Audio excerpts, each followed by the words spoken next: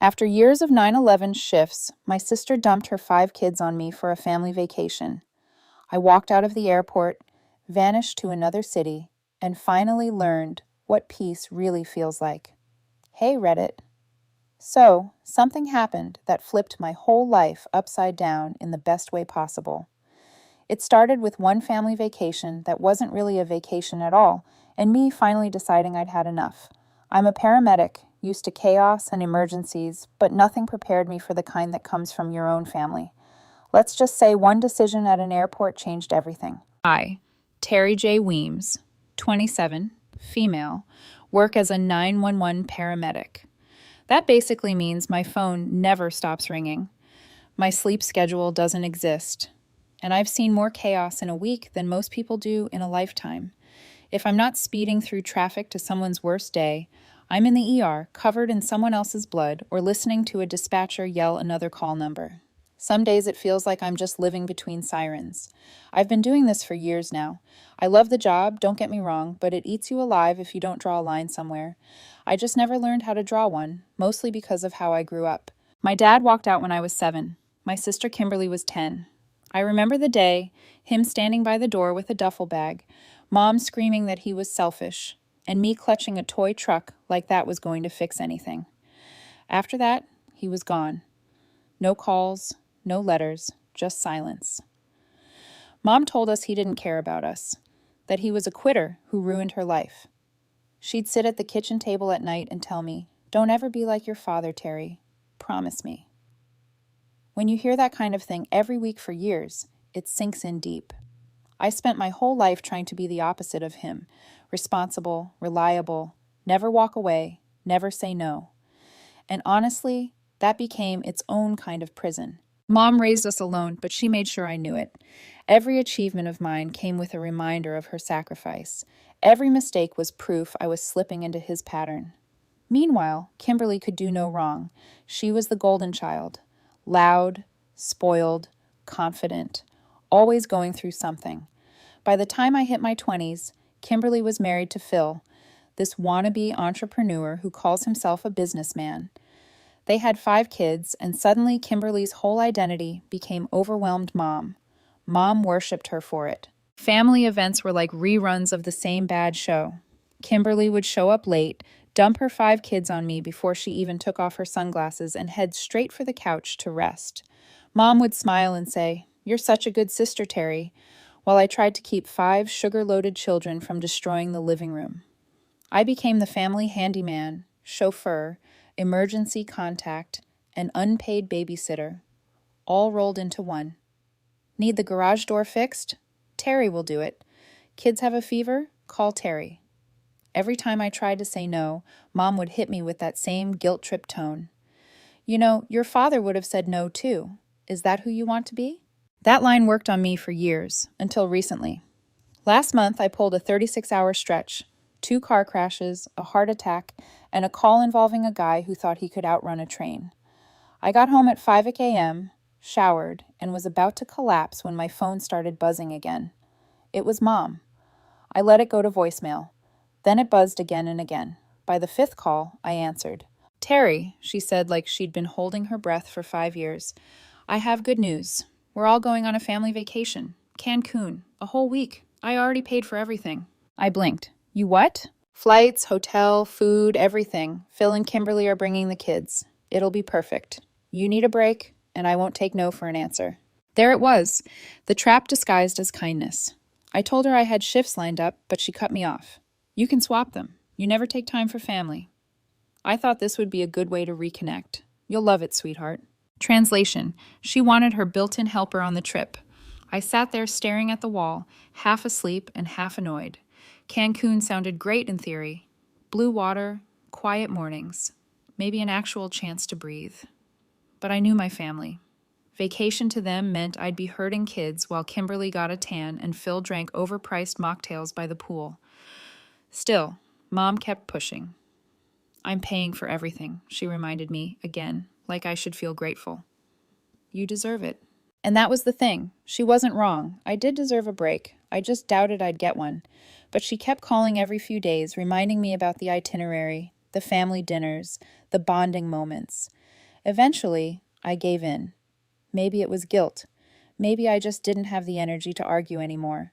Or maybe, somewhere deep down, I hoped this time it'd actually feel different. So I said yes. I told myself it's just 1 week. 1 week of smiling, nodding, and pretending everything's fine. I've survived worse. Car crashes, cardiac arrests, people screaming in my face. How bad could my family be compared to that? Turns out I was about to find out exactly how bad. 2 weeks before the trip, my phone buzzed while I was finishing up paperwork at the station. It was a text from Kimberly. Hey, so Mom said we're short on rooms at the resort. You don't mind sharing with the kids, right? You're great with them. I stared at the screen for a second, trying to decide if it was a joke. Nope, she was serious. I hadn't even replied yet when another message came through. Also, you'll watch them at the pool during the day, right? Phil and I really need some adult time. There it was. The mask came off before the trip even started. I didn't bother typing back. I called her. She picked up sounding chipper. Hey, little sister, so excited for... I'm going to stop you right there, I said. If this vacation turns into me being your free babysitter again, I'm not coming. She laughed, that fake high-pitched laugh she does when she's caught. Oh my God, Terry, don't be dramatic. You love the kids. I like them, I said flatly. Big difference. You're their mom. Maybe try parenting them on your vacation. Silence. Then she huffed. You really need to loosen up. It's a vacation, not a job. Exactly, I said. So don't make it one for me. I hung up before she could spin it into another guilt trip. 10 minutes later, my phone rang again. Mom, of course. She didn't even say hello. Terry, I just got off the phone with your sister. What's this attitude about? Attitude? I said. She's trying to make me share a room with her kids and watch them while she relaxes. That's not a vacation. Oh, Terry.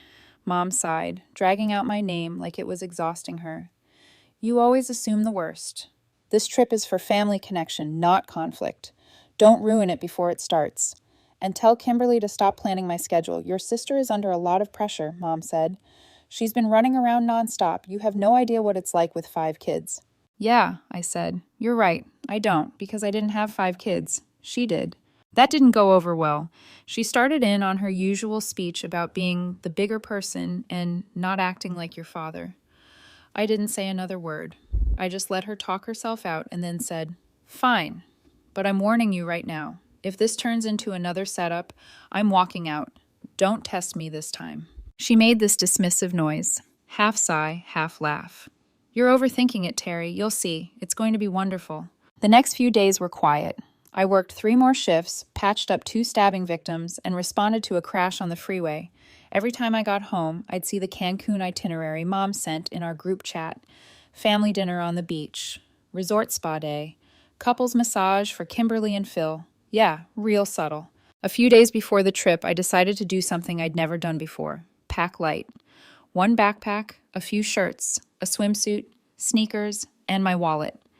If I needed to leave early, I wasn't hauling luggage across an airport. The night before the flight, Mom called again, her tone overly cheerful. Just checking that you're all packed. We leave at 7 sharp. You're picking everyone up, right? Yeah, I said. But let's get something straight. If this goes sideways, I'm not sticking around. Oh, honey, she said, laughing like it was a joke. You always say that. I've never meant it more. The next morning came too early. I pulled into Mom's driveway at 3:30. Kimberly and Phil were already outside, surrounded by more luggage than a family should legally be allowed to own. The kids were running around screaming about who got which window seat. Aunt Terry, Sophie yelled, jumping onto my leg. Can you carry my bag? Sure, I said, grabbing it. It was pink, glittery, and heavier than it looked, probably packed with every toy she owned. Kimberly walked out sipping her iced coffee, sunglasses on, even though the sun wasn't up yet. You're such a lifesaver, she said, shoving another bag into my hands. Phil's back is acting up. Of course it is, I muttered. What was that? Nothing. Just saying I'm glad I lifted all those stretchers for a reason. Mom came out last, checking her phone, fussing over everyone like a tour guide. All right, everyone ready? Terry, make sure you don't drive too fast. Remember, safety first. I opened the van door and said, Relax, Mom. The only thing unsafe here is Phil's sense of direction. Phil laughed like I was joking. I wasn't. The drive to the airport was chaos. Mom kept listing resort rules. Kimberly argued with Phil about which kid forgot their shoes, and I just kept my eyes on the road, wondering how long I'd last before I snapped. I tossed the keys to long-term parking, and we took the shuttle in. As the shuttle pulled up to the terminal, Kimberly said, "Oh, by the way, I called the resort. They said the kids' club is full, so you might have to help us out a little during the day." I shouldered a bag, turned to face her, and said, "You know what, Kimberly? I think this is going to be the last family trip I ever agree to." She laughed like it was a joke, but I wasn't smiling. The second the shuttle door slid open, it was chaos. The kids were already fighting over who got to push the suitcase cart. Phil was arguing with Mom about parking fees. Kimberly was too busy taking selfies in front of the terminal, like she was boarding a private jet. Inside, it somehow got worse. The kids ran ahead, weaving through people like little missiles. Mom yelled, "Terry, keep an eye on them," while trying to print boarding passes she didn't understand. Kimberly stood there, sunglasses on, giving vague orders to nobody. "Terry, can you take this?" She shoved a diaper bag into my chest without looking. "Noah's snack is in there, and Sophie's blanket. Don't lose it." I just stared at her for a second. "You know what's wild? I don't work here, but you'd never know it." She blinked, not even catching the sarcasm. "You're good with this stuff." That line, "you're good with this stuff," was her favorite way of saying, "You'll do it because you always do." We finally got through TSA, which felt like surviving a war zone. I bent down to tie my shoe, and one of the kids yelled that they were hungry. Kimberly didn't even look up from her phone. "Terry, can you grab them something?" "Sure," I said. "While I'm at it, want me to fly the plane too?" She laughed again, clueless. "You're such a dork." "No, I was just done." Kimberly turned to me mid-sentence about the seats and said, loud enough for half the gate to hear, "The kids are all yours on the flight." It wasn't even a question, just an order wrapped in entitlement. That was it. The switch flipped. All the times I'd said yes when I wanted to say no. Every guilt trip, every "don't be like your father," every unpaid favor. It all clicked in 1 second. I smiled, a real one this time. Calm, collected. "Sure thing," I said. Kimberly nodded, relieved. "Knew I could count on you." While she turned to tell Phil something about first-class upgrades, I stood up slowly, picked up my backpack, and walked toward the bathroom. My heart wasn't racing, my hands weren't shaking. I just felt done. Inside, I splashed water on my face, looked at myself in the mirror, and asked myself, why the hell am I doing this to myself? I walked out, but not back to the gate. I followed the signs to another terminal. There was a flight leaving for New York City in an hour. No plan, no luggage, no second thoughts, just instinct. I pulled out my phone, bought a one-way ticket, and headed straight for the next gate. The agent scanned my boarding pass at the counter and smiled. "You got lucky. Last seat." "Story of my life," I said. As I walked to the new gate, I could feel my phone buzzing in my pocket, probably Mom wondering where I went, Kimberly asking for snacks, Phil looking for someone to carry his golf bag. I didn't even pull it out. By the time the boarding call came, I turned my phone off completely. I found my seat near the back, stuffed my bag under the chair, and leaned back. Somewhere across the airport, my family was probably still arguing about whose fault it was that I'd wandered off. The flight attendants did their announcements. People settled in, and the engines started to hum. I closed my eyes and felt something I hadn't in years. Silence. By the time we landed at JFK, I hadn't checked my phone once. I didn't care what time it was or who was calling. I just wanted silence. I stepped out into the crisp New York air, threw my backpack over my shoulder, and hailed a cab. No plan, no luggage, no family, just me. The driver looked at me through the mirror. "Where to?" "Somewhere near Midtown. Nothing fancy." I ended up at this small brick hotel, wedged between a pizza shop and a laundromat. It smelled like freedom. I dropped my bag, sat on the bed, and laughed quietly to myself. I'd really done it. I'd vanished. I texted 2 old friends from training, Josh and Malik. We hadn't talked in forever, but I figured if anyone understood burnout, it was them. Josh texted back in seconds. "No way. You're in the city. Burgers on me. 6:00 p.m. at Jake's." Perfect. When I got there, Josh looked the same, grinning like he was permanently in on a joke. Malik showed up a few minutes later, wearing a paramedic hoodie and holding 2 beers for himself. "I thought you were chained to Texas," Josh said, smacking my shoulder. "Yeah, I broke out of prison," I said. "Family vacation kind of prison." They laughed. Malik leaned in. "What happened?" So I told him about my mom, about Kimberly, about the diaper bags, the chaos, the constant guilt. I didn't even get halfway through before Malik spit out his drink laughing. She asked you to share a room with the kids? Yep, I said, and babysit them so she could have adult time. Josh shook his head, grinning. Your family sounds like a sitcom where everyone's insane except the main character. Exactly, I said, except it's not funny when you're the one holding the diaper bag. We talked for hours, swapping old EMT stories. Malik told us about a guy who tried to fake a seizure to get out of a traffic ticket. Josh said he once drove halfway to the hospital before realizing the injured man in his ambulance was a CPR dummy stolen from a training center. By the time we finished eating, my cheeks hurt from laughing. I hadn't felt that light in years. Then Josh pulled up 2 tickets from his jacket. Hey, I got these last minute. Game at Madison Square Garden tonight. You in? I didn't even think about it. Hell yes. We got seats high enough to see everything, but low enough to feel the energy. I didn't check my phone once. I wasn't anyone's babysitter, fixer, or backup plan. I was just a woman, yelling with her friends, eating junk food, and living.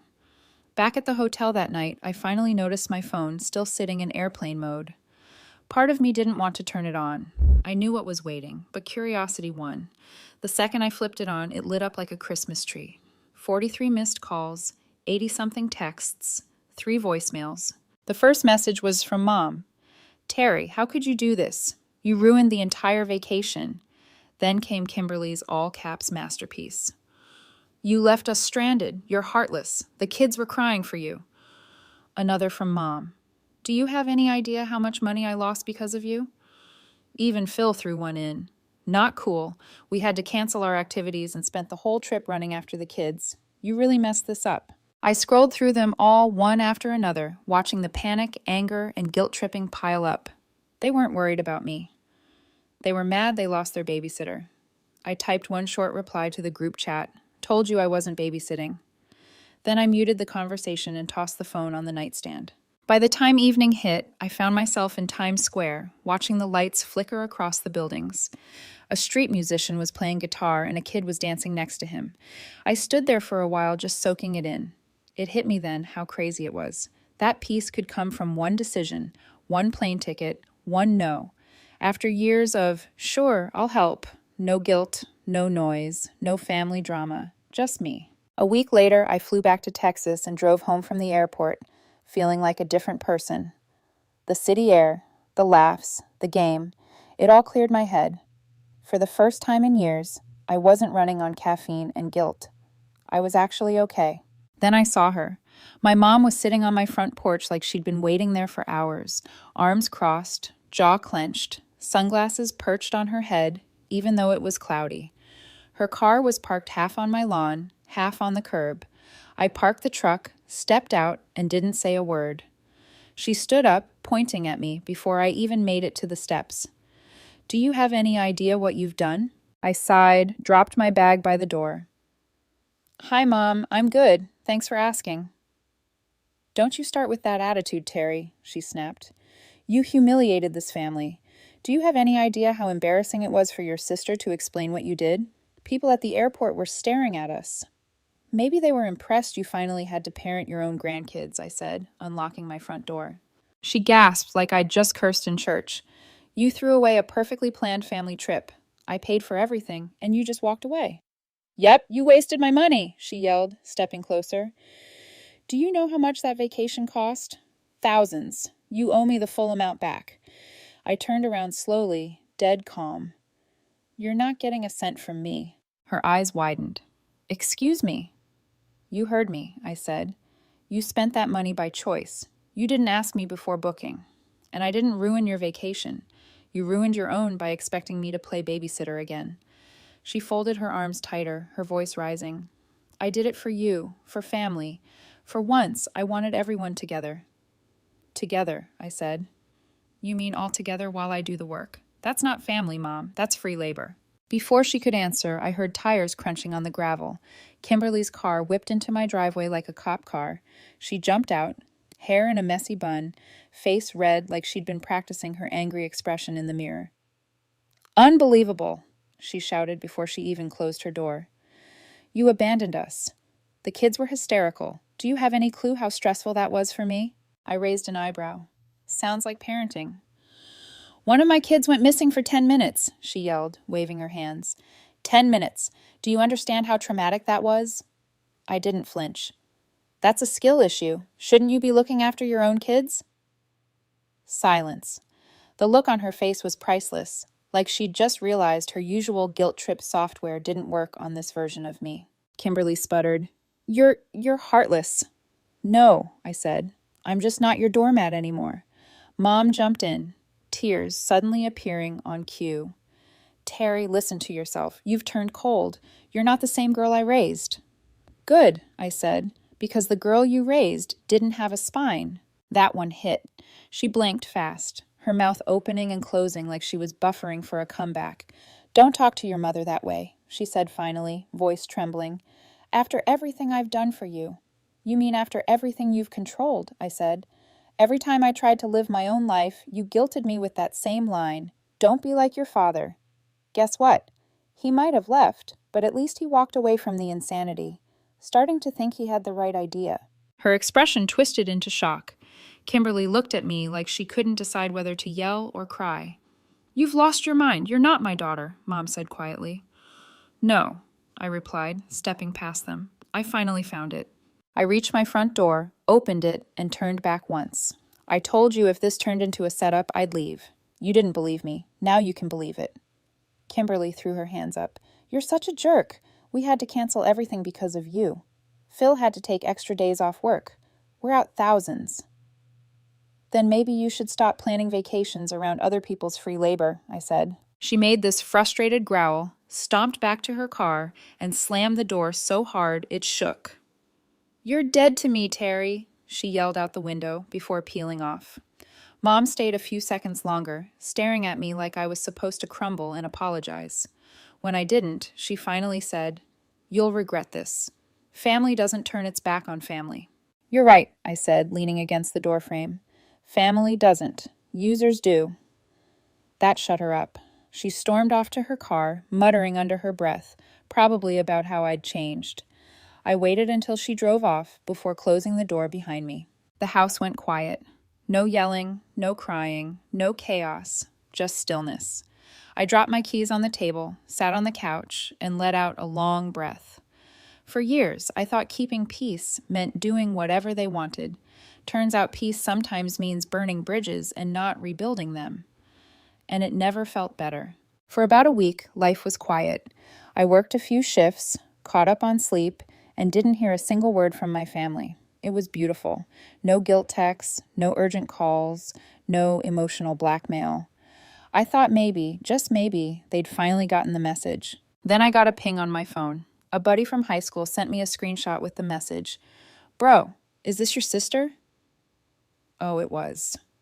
Kimberly had gone full social media meltdown mode. A long Facebook post, paragraphs deep, tagged with dramatic emojis and a picture of her kids looking sad at the airport. How could someone like my sister be a paramedic with such a cruel heart? She ditched me and my children at the airport and left us stranded. I thought family meant something. I guess I was wrong. The best part? They still boarded their flight without me. Stranded, my butt. Oh, but she didn't stop there. She posted it in the neighborhood Facebook group, the local moms forum, and even the community buy-sell trade page for some reason. She's supposed to save lives for a living, but she couldn't even be there for her own family. What kind of person walks away from 5 crying kids? The comments started rolling in fast, and not the kind she wanted. Wait, why was a paramedic babysitting your kids? Hold up, you left your kids at the airport? This sounds like a you problem, not your sister's, lady. You're mad your grown sister didn't want to be your nanny. My favorite one said, maybe she's saving lives, not snacks. I laughed so hard I nearly dropped my phone. The internet was doing God's work that day. Within hours, her post had hundreds of comments and 0 sympathy. Kimberly tried replying to defend herself, but it just made things worse. Eventually, she deleted everything. No apology, no accountability, just poof, gone. Classic Kimberly move. 2 weeks later, I got the text I'd been expecting from Mom. We're having dinner Friday night. Everyone will be there. It's time to fix this mess. Fix this mess, in Mom's language, meant everyone tell Terry she's wrong until she apologizes. And I almost ignored it, but curiosity won. If nothing else, I wanted to see what excuse they'd come up with this time. The restaurant was one of those upscale steakhouses with too much mood lighting and prices that made you question your life choices. When I walked in, I spotted them right away. Mom sitting stiffly at the head of the table, Kimberly and Phil on one side, and my dad's mother, Grandma Ruth, on the other. That surprised me. Grandma Ruth had always been neutral territory, kind, quiet, and hard to read. Mom said she invited her as a neutral witness, whatever that meant, which already told me how this dinner was going to go. I walked over and Mom gave me that tight smile people use when they're pretending not to be furious. "Terry," she said, like my name tasted bitter. "Glad you could make it." Kimberly didn't even look up. Phil gave a half-hearted nod. I sat down and waited. Kimberly broke first. "You owe us an apology," she said flatly. "You humiliated this family. You made me look like a fool in front of everyone. You ruined our image." "Your image?" I said, smirking.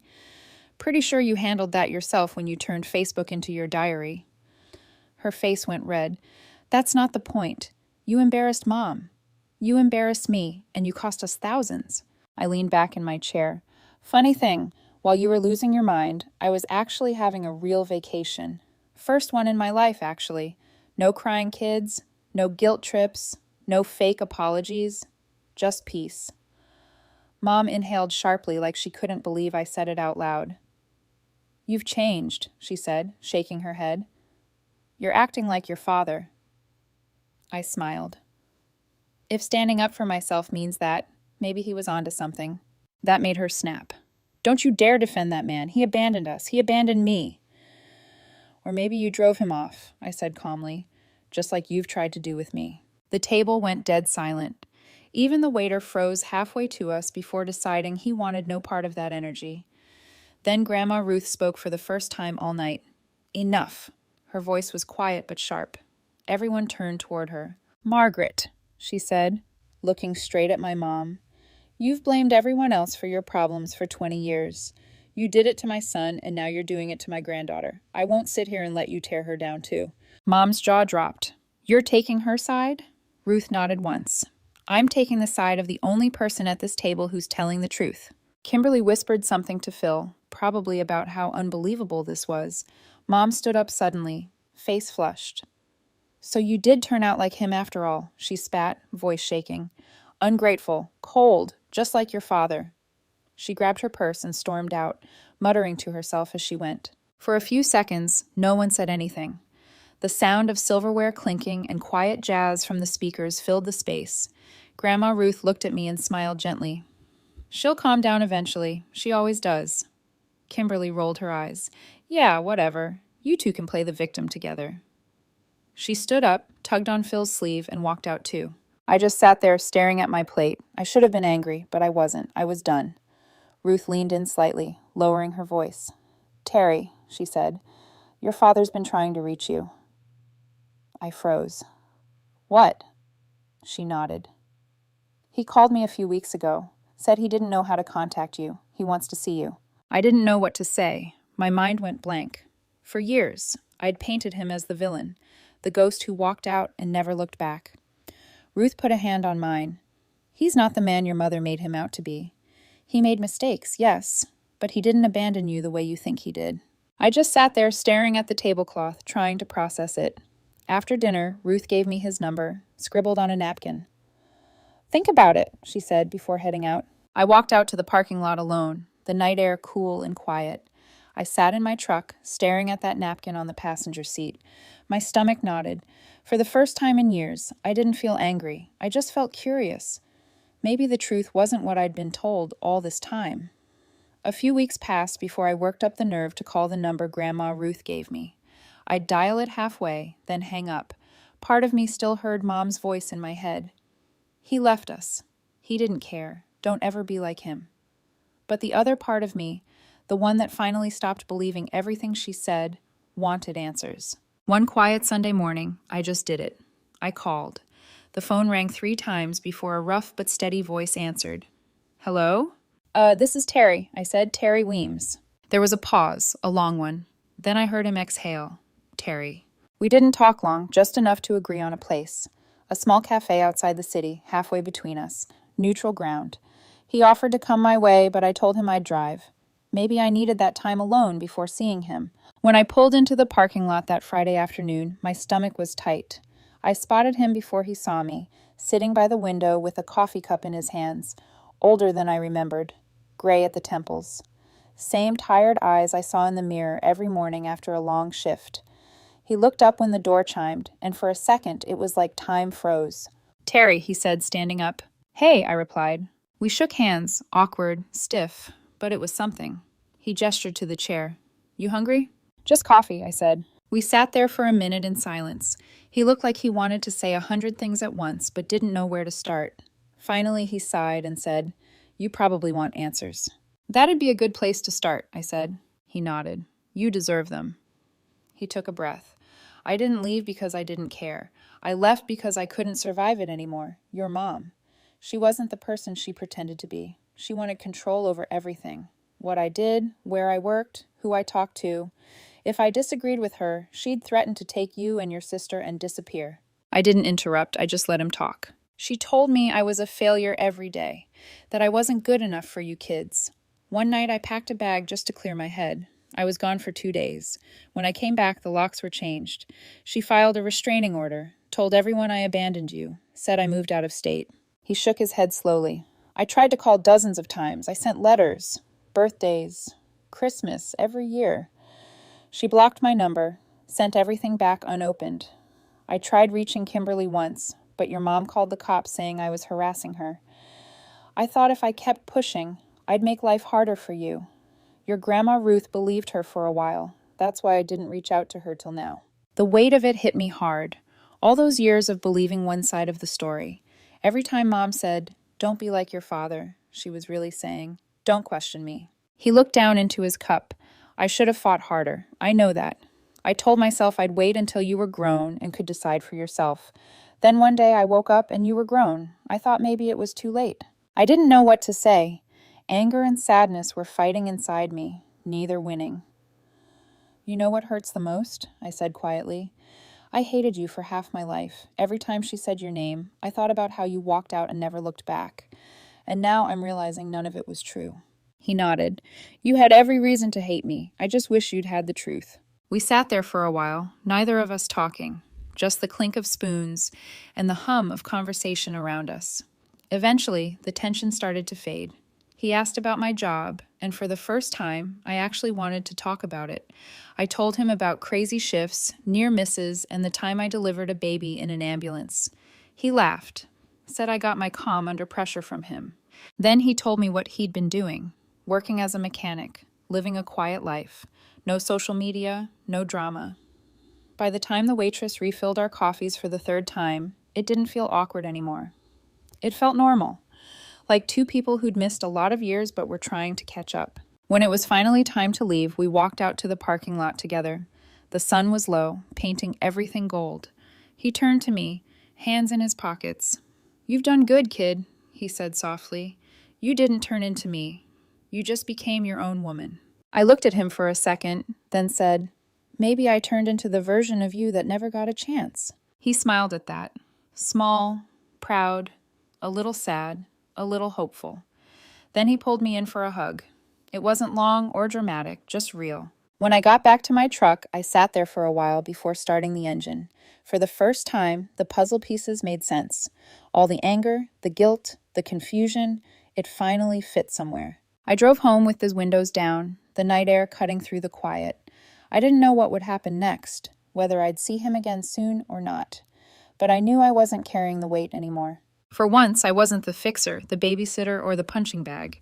I was just Terry, finally standing on my own terms. And as I pulled into my driveway, headlights washing over the house, I realized something that made me laugh under my breath. I'd spent years saving everyone else's life. Turns out the hardest rescue was my own.